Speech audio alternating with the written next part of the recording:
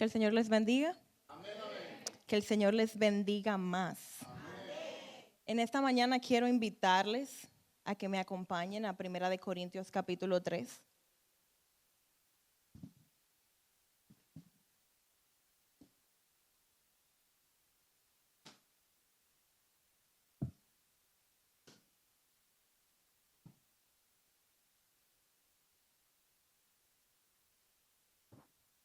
¿Cuántos están gozosos de estar en la casa del Señor? Amén. Es un honor y es un gusto en esta mañana compartir la palabra con ustedes y que podamos aprender más del Señor. 1 Corintios capítulo 3, versículo 10 dice, 1, 2 y 3. Conforme a la gracia de Dios que me ha sido dada, yo como perito arquitecto puse el fundamento y otro edifica encima. Pero cada uno mire cómo sobreedifica. Versículo 11. Porque nadie puede poner otro fundamento que el que está puesto, el cual es Jesucristo. Y si sobre este fundamento alguno edificare oro, plata, piedras preciosas, madera, heno, hojarasca, la obra de cada uno se hará manifiesta, porque el día la declarará, pues por el fuego será revelada, y la obra de cada uno, cual sea, el fuego la probará. Si permaneciere la obra de alguno que sobreedificó, recibirá recompensa. Si la obra de alguno se quemare, él sufrirá pérdida. Si bien él mismo será salvo, aunque así como por fuego. Y el título de esta enseñanza es: la obra de cada uno se hará manifiesta.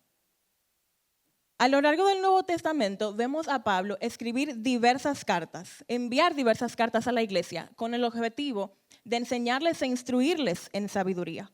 No todas estas cartas se parecen, puesto que no todas las iglesias atravesaban los mismos retos, no atravesaban las mismas situaciones a nivel moral, a nivel doctrinal, al menos no de manera simultánea.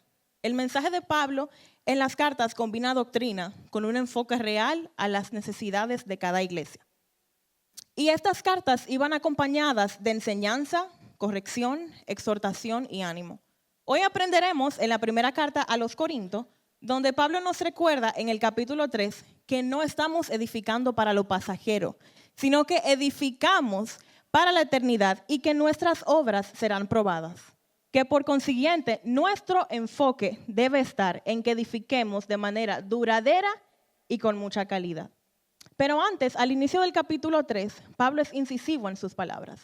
¿Qué enfrentaba la iglesia de Corinto en ese momento y por qué él escribe esta carta? Acorde a las palabras del mismo Pablo, se estaban dividiendo, tenían celos, contiendas, disensiones. Diferían en cosas tan sencillas como quién les había predicado el evangelio, quién les había discipulado. Y Pablo claramente les dice, eso no es importante. Eso no es en lo que deben enfocarse. Lo verdaderamente importante es quién les hace crecer. Y este es el Señor. Tanto Apolos como yo, esas son las palabras de Pablo, somos servidores. Hemos sido el medio para que ustedes conozcan esta verdad. El que planta y el que riega son la misma cosa. Pablo dice, los pone al mismo nivel. No importa quién te plantó, no importa quién te sembró. Aunque ciertamente cada uno recibirá recompensa por su labor, quien hace crecer es Dios. Y en eso es que se centra. Desde aquí Pablo ya está abordando un tema sobre la labor que se hace en la comunidad de fe y la recompensa que trae cada una de nuestras obras conforme a nuestras acciones. El primer punto de esta enseñanza es servicio sin jactancia, lo que debemos perseguir. 1 Corintios, capítulo 3, versículo 10. Nos dice, ¿me acompañan a leer? Sí, 1, 2 y 3. Conforme a la gracia de Dios que me ha sido dada, yo como perito arquitecto puse el fundamento y otro edifica encima, pero cada uno... Mire las palabras que son utilizadas aquí, perito, arquitecto. Y esas palabras son elegidas sabiamente. Un perito es un experto entendido en una materia específica, ya sea de ciencia, arte o técnica. Y un arquitecto es una profesión bastante conocida, pero ¿es el arquitecto actual lo mismo que era en Corinto? En el griego antiguo, la profesión arquitecto significaba maestro de obra o constructor principal, lo que en realidad se parece más a lo que conocemos hoy como un ingeniero civil. La palabra original es arquitectón, que quiere decir maestro de obra o constructor principal. Esta es una palabra compuesta por arqui, que quiere decir el primero o el jefe, y tectón, que se traduce a constructor, albañil u obrero. Pablo nos dice, yo soy el constructor principal, el arquitecto fundador, y en vano no hablaba. Ciertamente Pablo plantó numerosas iglesias, en la Biblia lo podemos ver, en Galacia, en Filipos, en Tesalónica, en Corinto, en Éfeso, siendo estas solo algunas de ellas. ¿Quién negaría lo evidente? Pablo trabajaba arduamente, incansablemente para la obra, en favor de la expansión del evangelio. Y muchos que trabajan en el ministerio e invierten en el ministerio tiempo y vida podrían verse en el espejo de Pablo. Pensemos en las funciones que desempeña cada uno aquí en la iglesia.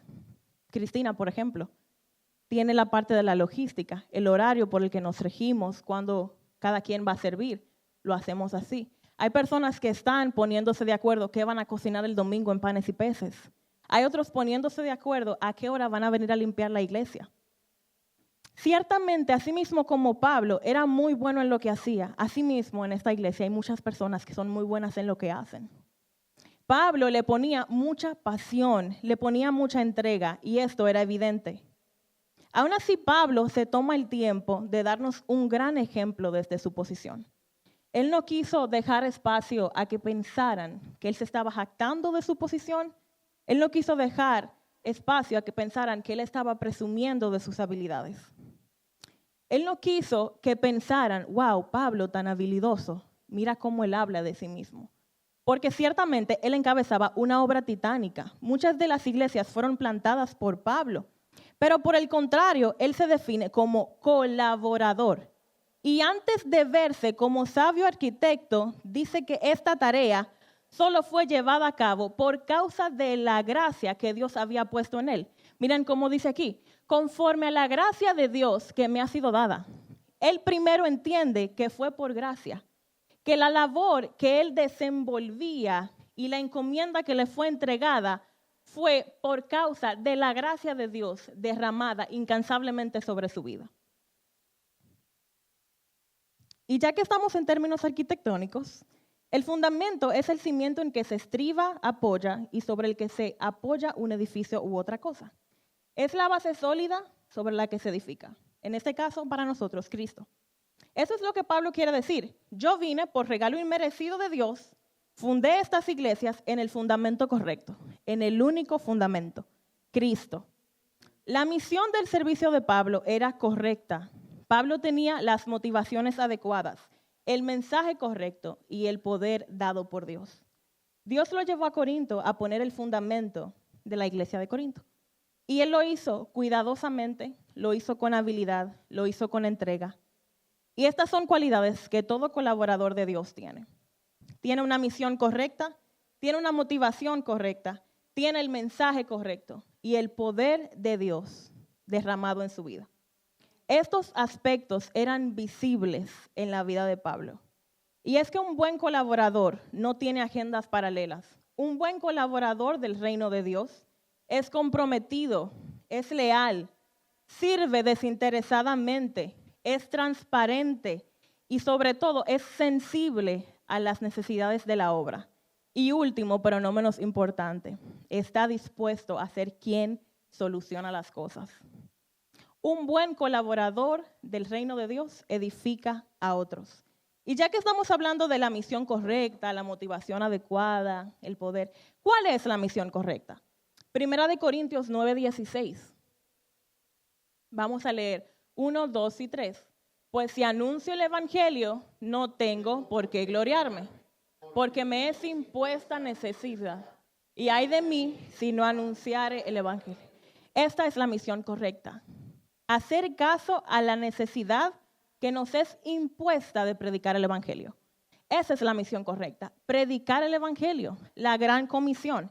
¿Y cuál es la motivación que tenía Pablo? Que es la adecuada y es la que nosotros debemos replicar. Primera de Corintios 9:19.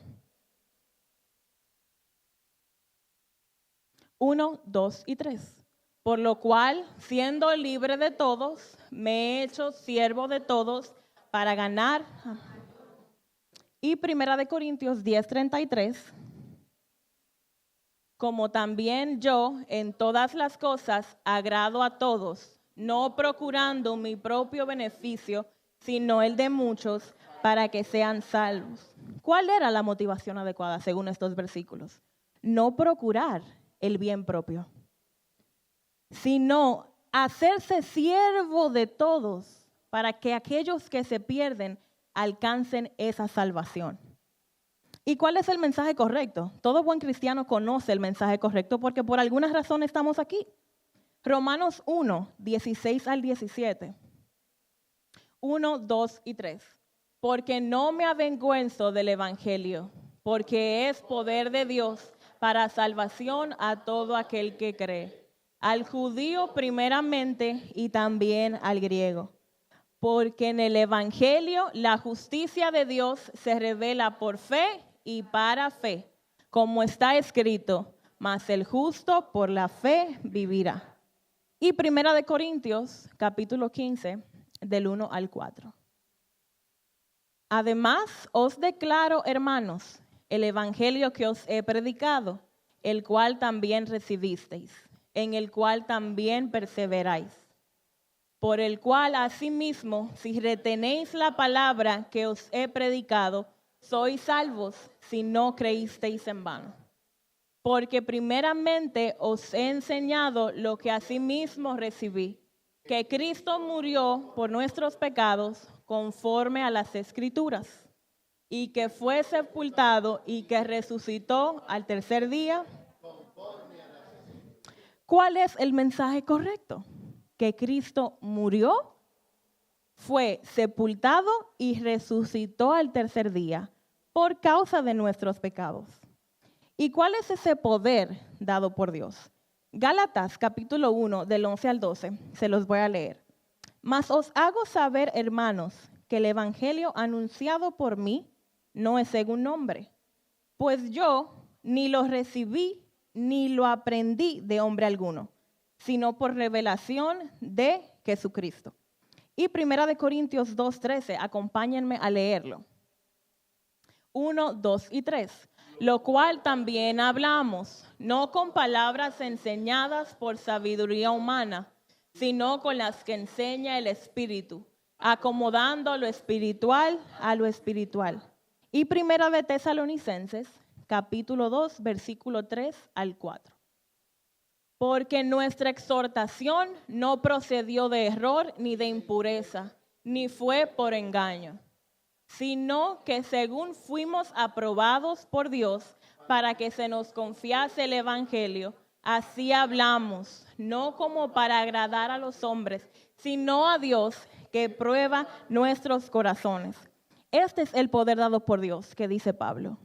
Estas palabras que no le fueron enseñadas por hombres, sino que fueron traídas a él por la enseñanza del Espíritu Santo. Si se fijaron bien, decía espíritu con E mayúscula, o sea que era el Espíritu de Dios que ministraba esta sabiduría a Pablo para que él entonces accionara conforme a ella.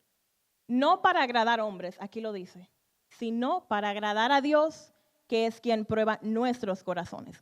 Ese es el poder dado por Dios.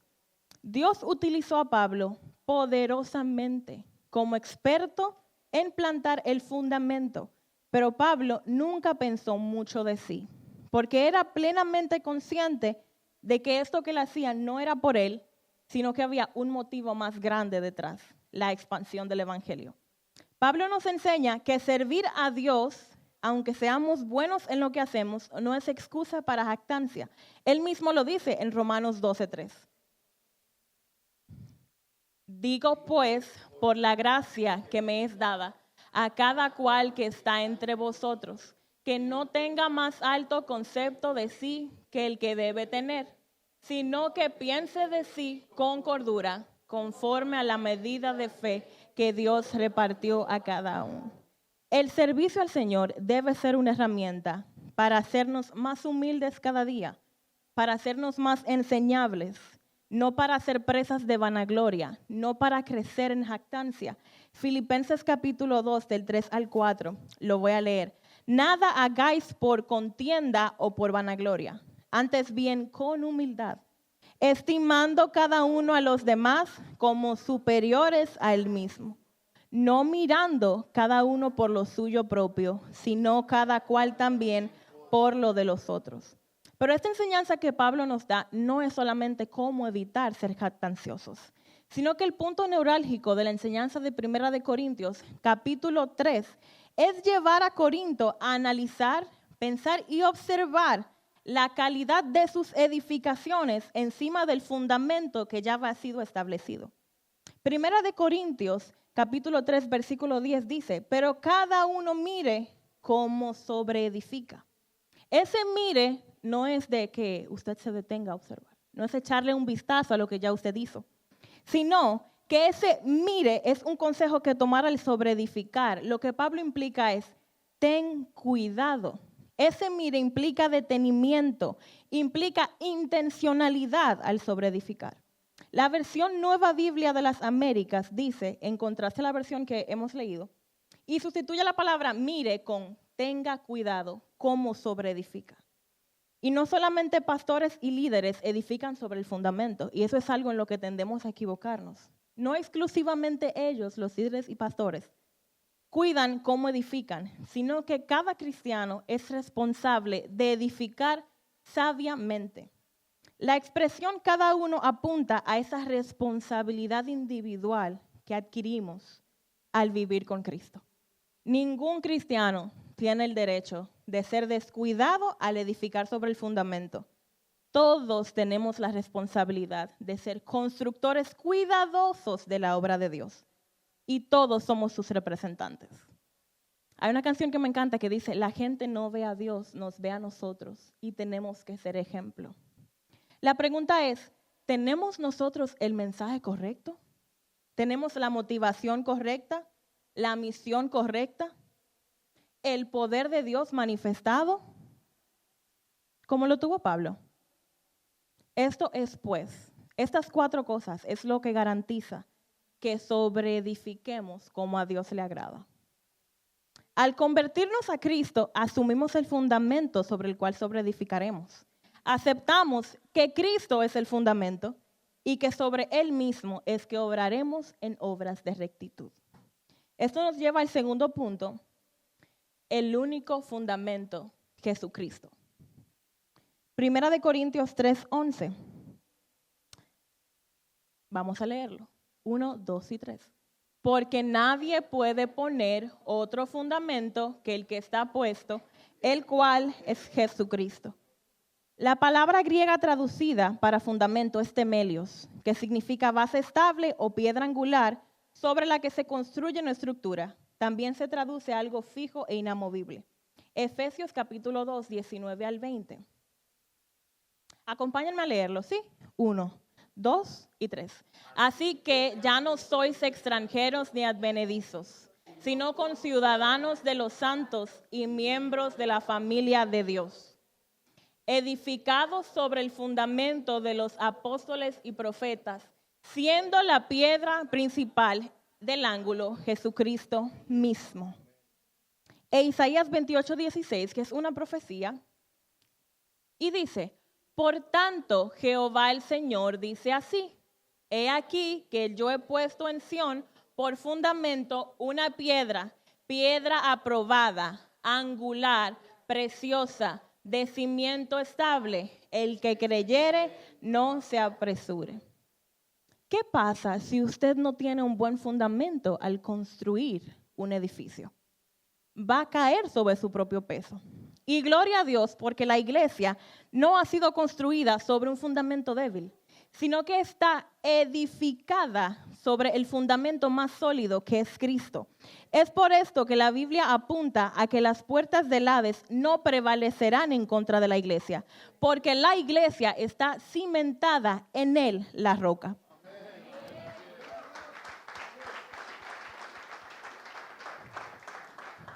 Deuteronomio 32:4. 1, 2 y 3. Él es la roca, cuya obra es perfecta, porque todos sus caminos son rectitud. Dios de verdad y sin ninguna iniquidad en él. Es justo y recto. Mateo 16:18 nos dice, y yo también te digo que tú eres Pedro, y sobre esta roca edificaré mi iglesia, y las puertas del Hades no prevalecerán contra ella.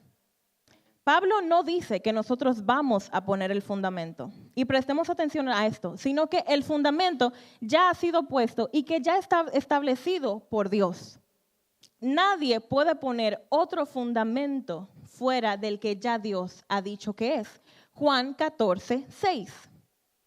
Jesús le dijo, yo soy el camino y la verdad y la vida. Nadie viene al Padre si no es por mí. Ninguna otra doctrina o práctica puede sustituir a Cristo.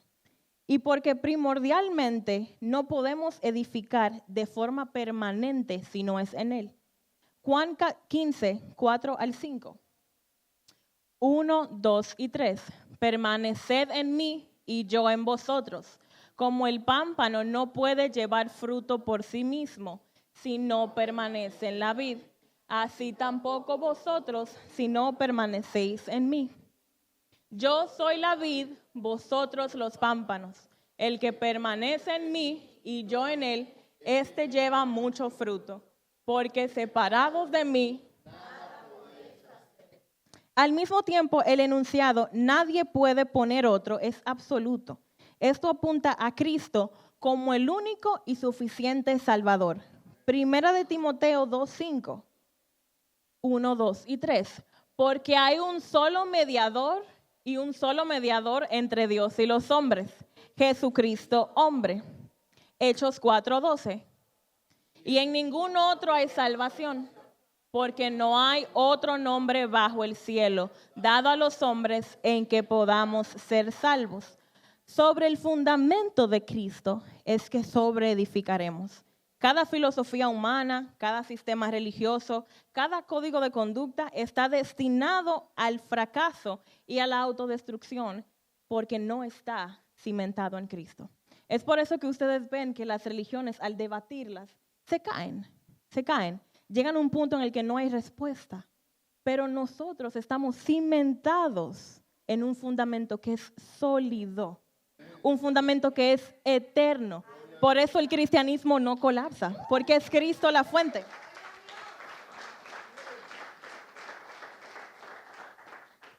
Esto nos lleva al punto número 3. El material es nuestras obras. Dígale al hermano que le queda al lado, tus obras son el material. Primera de Corintios, capítulo 3 al 12, versículo 12 dice, y si sobre este fundamento alguno edificare oro, plata, piedras preciosas, madera, heno, hojarasca. Veamos cómo Pablo aborda esta enseñanza. Desde una simbología que ciertamente, si podemos ver aquí, el oro, la plata y las piedras preciosas no son materiales que se utilizan para construir. Anteriormente en las civilizaciones antiguas, estos materiales se utilizaban para decorar edificios que ya habían sido erigidos.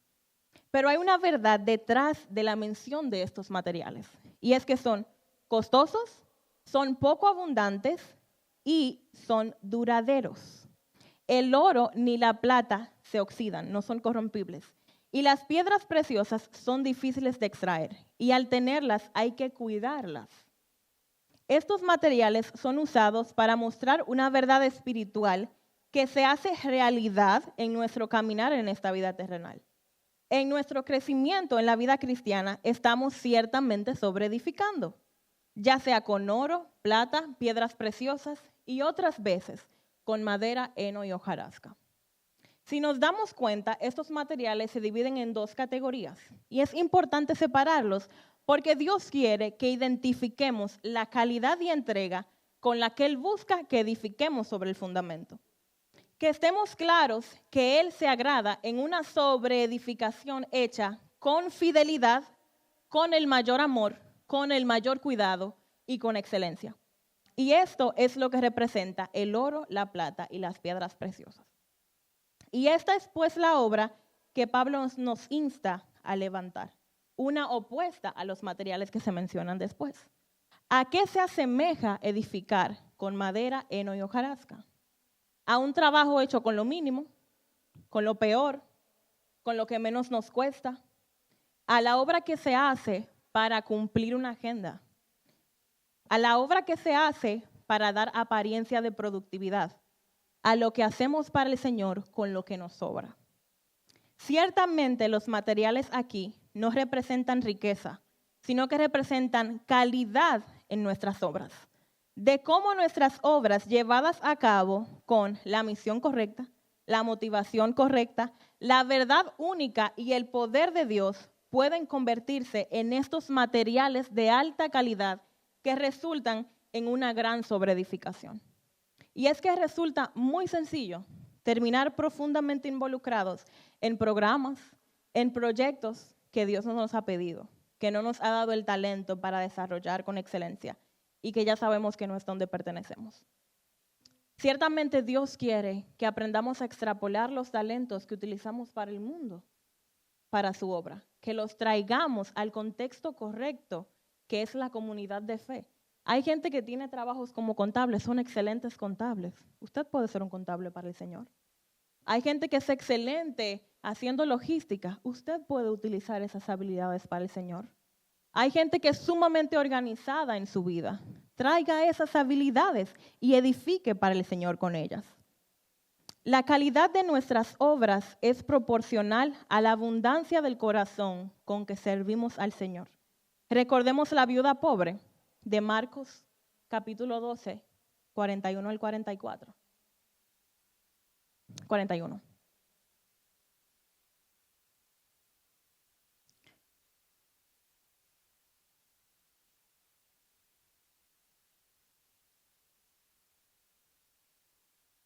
Uno, dos y tres. Estando Jesús sentado delante del arca de la ofrenda, miraba cómo el pueblo echaba dinero en el arca. Y muchos ricos echaban muchos. 42. Y vino una viuda pobre y echó 2 blancas, o sea, un cuadrante. Entonces, llamando a sus discípulos, les dijo: de cierto os digo que esta viuda pobre echó más que todos los que han echado en el arca. Porque todos han echado de lo que les sobra, pero esta, de su pobreza, echó todo lo que tenía, todo su sustento. Si vemos aquí cuál fue la ofrenda de esta viuda pobre, es importante que en la Biblia prestemos mucha atención a los adjetivos que se utilizan para describir a quienes están presentes. Porque si la Biblia lo menciona es porque es importante. La viuda era pobre, dice pobre, y echó 2 moneditas de poco valor, el equivalente al 1% de un denario. El denario es el pago de un día de trabajo como jornalero. Si lo ponemos al currency actual, diríamos que lo que ella echó fueron 2 pennies. Y es propio que nos preguntemos, ¿ella estaba edificando con madera, heno y hojarasca? Porque su ofrenda era poca. A pesar de que edificar no se limita ni se resume a ofrendar o a diezmar, este es el ejemplo perfecto para que analicemos la manera en que sobreedificamos. Jesús mismo, sentado delante del arca de la ofrenda, miró la manera de actuar de esta viuda pobre. Lo que dio era nada comparado con lo que los demás ricos que estaban en la fila con ella se preparaban para dar.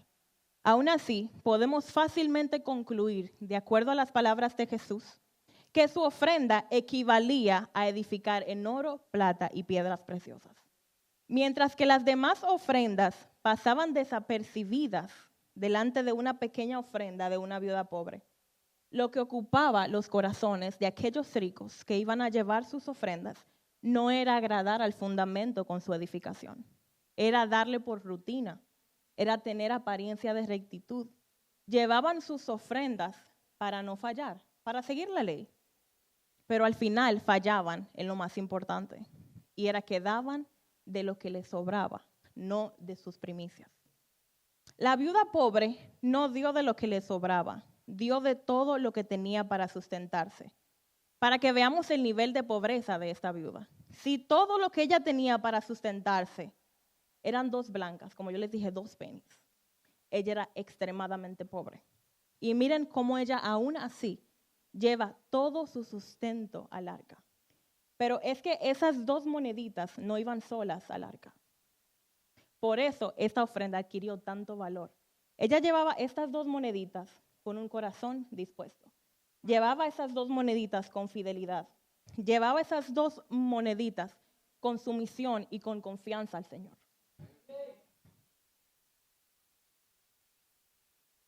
Cuando edificamos sobre el fundamento, entendiendo por qué lo hacemos, nuestros resultados siempre será oro, plata y piedras preciosas, aunque no tengamos en abundancia como los ricos de este pasaje. Dios ve cómo edificamos y cuánto edificamos, y no se interesa en la abundancia de nuestra edificación, sino en el motivo y en el corazón de quien edifica. La ofrenda de la viuda y el comentario de Jesús nos muestra que el valor de la ofrenda está directamente ligado a qué es lo que le cuesta al dador. Esto fue lo que hizo que la ofrenda de la viuda fuera tan valiosa. Y esto mismo vemos en David. Él se rehusó a dar a Dios lo que nada le costara. Segunda de Samuel 24:24. 1, 2 y 3.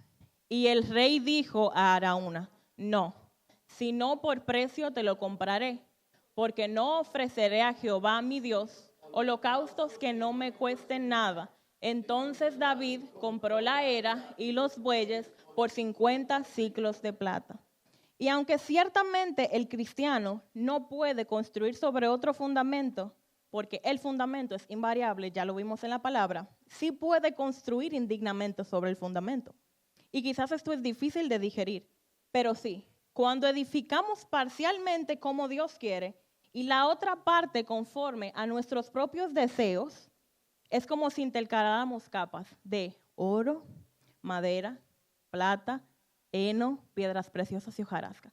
Piense usted en una edificación así. Cuando esa madera comience a corromperse por dentro, ¿qué va a pasar? El edificio va a carecer de solidez. Cuando edificamos con oro, plata y piedras preciosas, hacemos manifiesta la firmeza de nuestra fe, nuestra obediencia a la palabra de Dios, el servicio sincero y una vida guiada por el Espíritu Santo. Mientras que al edificar con madera, heno y hojarasca, mostramos obras superficiales, carentes de propósito divino. Hacemos manifiesto el egoísmo y las apariencias. Dios quiere que sobreedifiquemos basándonos en su palabra. Mateo 7:24. 1, 2 y 3. Cualquiera pues que me oye estas palabras y las hace, le compararé a un hombre prudente que edificó sobre... Que edifiquemos con la guía del Espíritu Santo. Zacarías 4:6. Entonces respondió y me habló diciendo, esta es palabra de Jehová a Zorobabel, que dice, no con ejército, sino con fuerza. Ha dicho Jehová de los ejércitos, que nuestra edificación sea con amor, unidad y servicio, y que todo esto sea acompañado con una vida santa y consagrada al Señor. Esto nos lleva al cuarto punto. El fuego probará nuestras obras. Pablo, para cerrar, dice estas palabras en 1 Corintios, capítulo 3, versículos 13 al 15. 1, 2 y 3. La obra de cada uno se hará manifiesta, porque el día la declarará, pues por el fuego será revelada. Y la obra de cada uno, cual sea, el fuego la probará. Si permaneciere la obra de alguno que sobreedificó, recibirá recompensa. Si la obra de alguno se quemare, él sufrirá pérdida. Si bien él mismo será salvo, aunque así como por fuego. ¿Qué significa que Dios probará la obra de cada uno por el fuego? Así como las ciudades tienen códigos de construcción, tienen guidelines que usted debe seguir al edificar algo, asimismo Dios tiene normas estrictas para lo que construimos para Él y en nuestras vidas. Cuando Cristo regrese, la obra de cada creyente será probada en su calidad. El fuego es símbolo de prueba, del mismo modo como purifica el metal y purifica el oro, asimismo Dios quemará lo que no sirve y dejará lo que es puro y valioso de nuestras obras. El día del juicio demostrará si los constructores, nosotros, edificaron sobre el fundamento correctamente. El fuego frecuentemente en la Biblia se vincula con juicio. Malaquías 3, del 2 al 3. 1, 2 y 3. ¿Y quién podrá soportar el tiempo de su venida? ¿O quién podrá estar en pie cuando Él se manifieste? Porque Él es como fuego purificador y como jabón de lavadores. Y se sentará para afinar y limpiar la plata, porque limpiará a los hijos de Leví, los afinará como a oro y como a plata, y traerán a Jehová ofrendas de justicia. El fuego también se vincula con purificación. Primera de Pedro, capítulo 1, versículo 7. 1, 2 y 3. Para que sometida a vuestra fe, mucho más preciosa que el oro, el cual, aunque perecedero, se prueba con fuego, sea hallada en alabanza, gloria y honra cuando sea manifestado Jesucristo. El fuego también se asocia con destrucción. Lo vemos en Mateo capítulo 3, versículo 10. Leamos 1, 2 y 3. Y ya también el hacha está puesta a la raíz de los árboles. Y por tanto, todo árbol que no da buen fruto es cortado y echado al fuego. En este pasaje, el fuego es utilizado como una herramienta de purificación y de destrucción. Miren cómo dice, es cortado y echado al fuego lo que no sirve. Solo las obras construidas con materiales de baja corruptibilidad son destruidas por el fuego. Cuando edificamos en oro, plata y piedras preciosas, estos materiales sobreviven el escrutinio del fuego. Mientras que la madera, el heno y la hojarasca son extremadamente inflamables. La madera en sí misma es un combustible para el fuego. Así que en el día del juicio no solo arderán aquellas edificaciones hechas en madera, heno y hojarasca, sino que los mismos materiales con los que se construyen estas edificaciones cooperarán para que se quemen más rápido. Miren cómo irónicamente la naturaleza de estos materiales hacen que queme más rápido. ¿Usted sabe qué nos dice eso? Nuestras acciones con madera, con heno y con hojarasca, nuestras acciones vanas, nuestras obras que no tienen a Cristo en el centro, cooperan para nuestra propia destrucción. Cooperan, tienen resultado y tienen consecuencias. Cuando edificamos con rapidez, con poca entrega y de lo que nos sobra, es como si construyéramos una fogata que arderá y terminará en pérdida total. Nosotros mismos programamos nuestras obras para que no puedan enfrentar el fuego. Ahí nos habremos dado cuenta de que gastamos nuestras vidas sin haber hecho una sola cosa en favor de la edificación para el reino del Señor. Muchos pasarán esta prueba por poco. La buena noticia es que esto no tiene repercusión en nuestra salvación, porque Efesios capítulo 2 del 8 al 9 nos dice, vamos a leerlo, 1, 2 y 3, porque por gracia sois salvos por medio de la fe, y esto no de vosotros, pues es don de Dios, no por obras para que nadie se gloríe.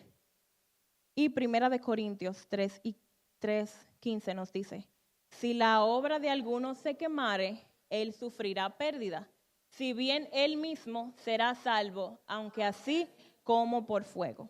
El castigo por no haber tenido obras sólidas en el Señor será la pérdida de estas obras y la ausencia de la alabanza por parte de Dios y de aprobación sobre nuestro accionar. Una fe viva es el derivado de la obra de la gracia en nuestras vidas. No podemos edificar en busca de ser salvos, porque la salvación es un regalo. Pero nuestras obras son tan importantes porque la transformación que produce el trabajo del Espíritu Santo en nuestras vidas consecuentemente ocasiona el fluir de buenas obras en nosotros. Las obras son una respuesta de una vida salva. Cuando usted es salvo, usted responde con buenas obras. Pero cuando usted no es salvo, usted no puede ganar esa salvación con buenas obras. porque las obras no son un prerequisito para la salvación. Las obras son una respuesta de una vida salva. Y esta es la importancia que tienen. Muestran la transformación que hace el Espíritu Santo cuando ya somos salvos. Cuestionemos la manera en que hemos edificado y comencemos a mirar, a prestar atención a la manera en que decidimos erigir sobre el fundamento. Seamos aquellos que construyen sabiamente, con materiales resistentes, estas buenas obras delante de los ojos del Señor, y en lugar de enfrentarnos a unas obras consumidas por el fuego, escuchemos estas palabras del Señor. Mateo 25, 23.